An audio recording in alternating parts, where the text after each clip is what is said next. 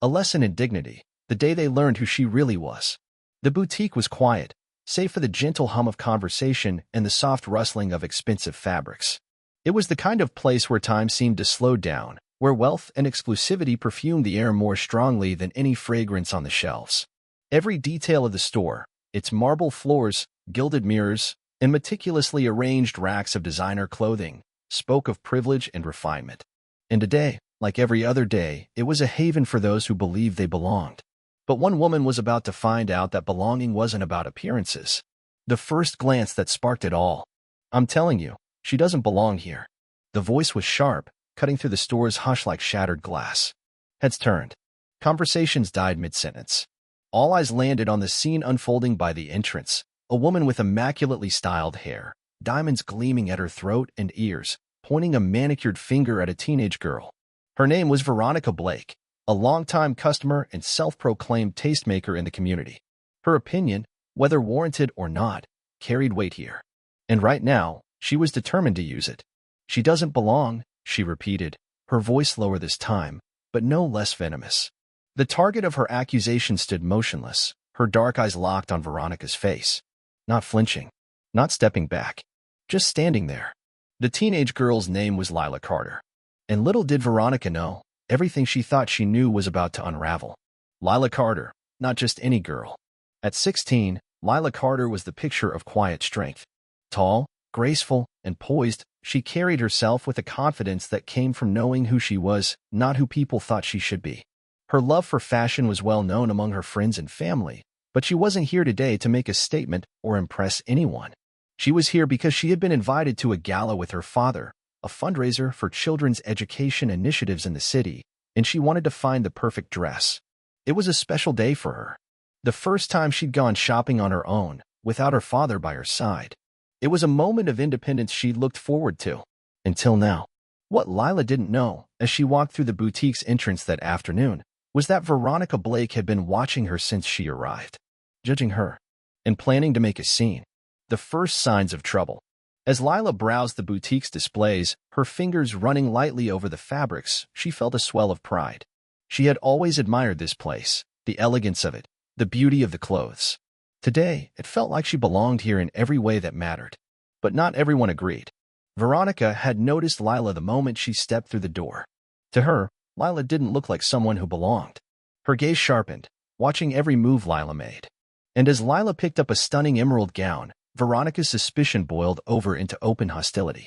"I bet she's not even planning to buy anything," Veronica muttered, loud enough for others nearby to hear. Lila, blissfully unaware of the growing storm, smiled as she admired the dress. It was the kind of gown that made you feel like you belonged at any event. She turned toward the fitting rooms, hopeful. Veronica wasn't about to let that happen. The confrontation escalates. As Lila stepped out of the fitting room minutes later, the dress fitting her like it was made for her, Veronica approached. She wore a tight smile, one that didn't reach her eyes. "That's a beautiful dress," Veronica said, her tone sweet on the surface but dripping with condescension. "Thank you," Lila replied politely. "It's perfect for my dad's gala." Veronica's smile twisted into something sharper. "Are you sure you're in the right store?" she asked. Lila blinked. "I'm exactly where I need to be," she said firmly, turning to admire herself in the mirror once more. Veronica wasn't done. "This store isn't exactly budget-friendly," she said. "Maybe you should try somewhere more affordable." Lila's stomach tightened, but her expression didn't waver.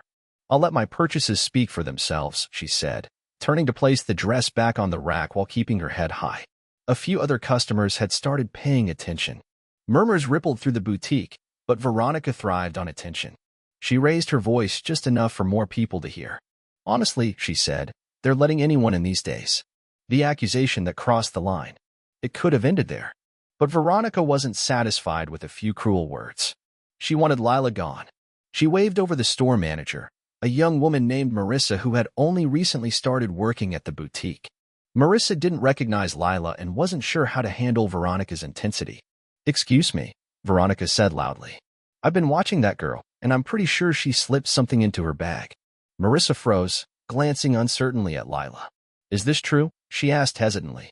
Lila's heart sank. "I haven't done anything wrong," she said calmly, but there was a tremor in her hands as she clutched the strap of her purse. "Of course you'd say that," Veronica sneered. Why don't you just show us? Lila hesitated only for a moment, then held out her bag. Go ahead, she said, her voice steady. You won't find anything.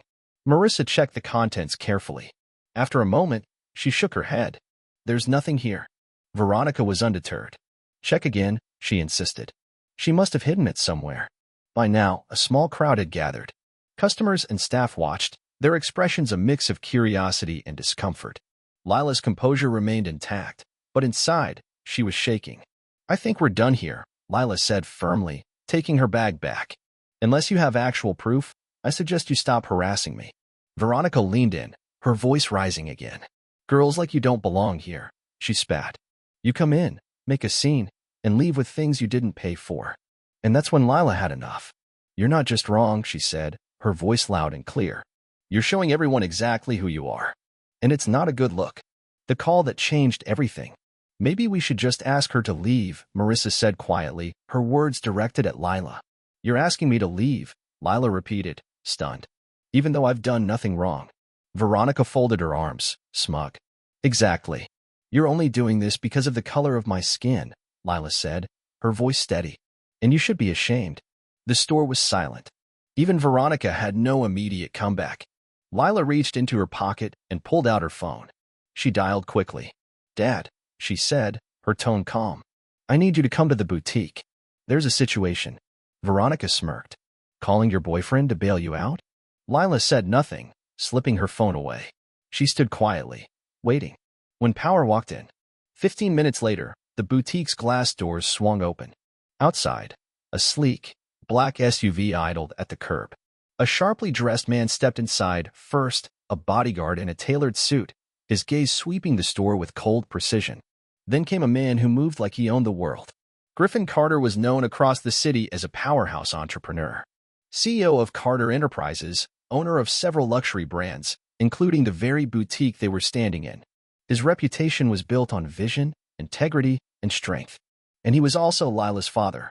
As Griffin strode through the boutique, the mood shifted. Staff stiffened. Customers whispered. Veronica's face paled. The store manager stumbled forward. Mr. Carter, we weren't expecting you today. Griffin ignored her. He walked directly to his daughter, placing a protective hand on her shoulder. What happened? He asked quietly. Veronica stepped forward. Oh, thank goodness, she said, her voice falsely sweet. I was just telling your manager. Griffin held up a hand. I wasn't asking you. Marissa stammered. Mrs. Blake made some concerns known. We checked Lila's bag, and there was nothing. Veronica jumped in. But that doesn't mean she wasn't planning to take something. People like her. Griffin's expression didn't change. People like her, he repeated. Explain. Veronica faltered. You know what I mean. I don't, Griffin said. But I know exactly what you mean. And I won't tolerate it. The reckoning. She's my daughter, Griffin said. And she has every right to be here. More right than you, in fact. The silence that followed was deafening. I didn't know, Veronica whispered. She didn't say. She shouldn't have to, Griffin replied. Every person who walks through these doors deserves respect. He turned to Marissa. And you? You stood by and let this happen. I didn't know, Marissa said, near tears. Then learn, Griffin said sharply. Or find another job. He turned back to Veronica. You're no longer welcome in this boutique. Or any store I own. Veronica's mouth opened, but no sound came out. She turned abruptly and walked toward the door, her heels clicking against the marble. The bodyguard followed her out. The aftermath. The customers murmured quietly. Many nodded in agreement. Marissa apologized again and again, promising change. Griffin placed his hands on Lila's shoulders. Are you all right? Lila nodded. I am now. I'm proud of you, Griffin said.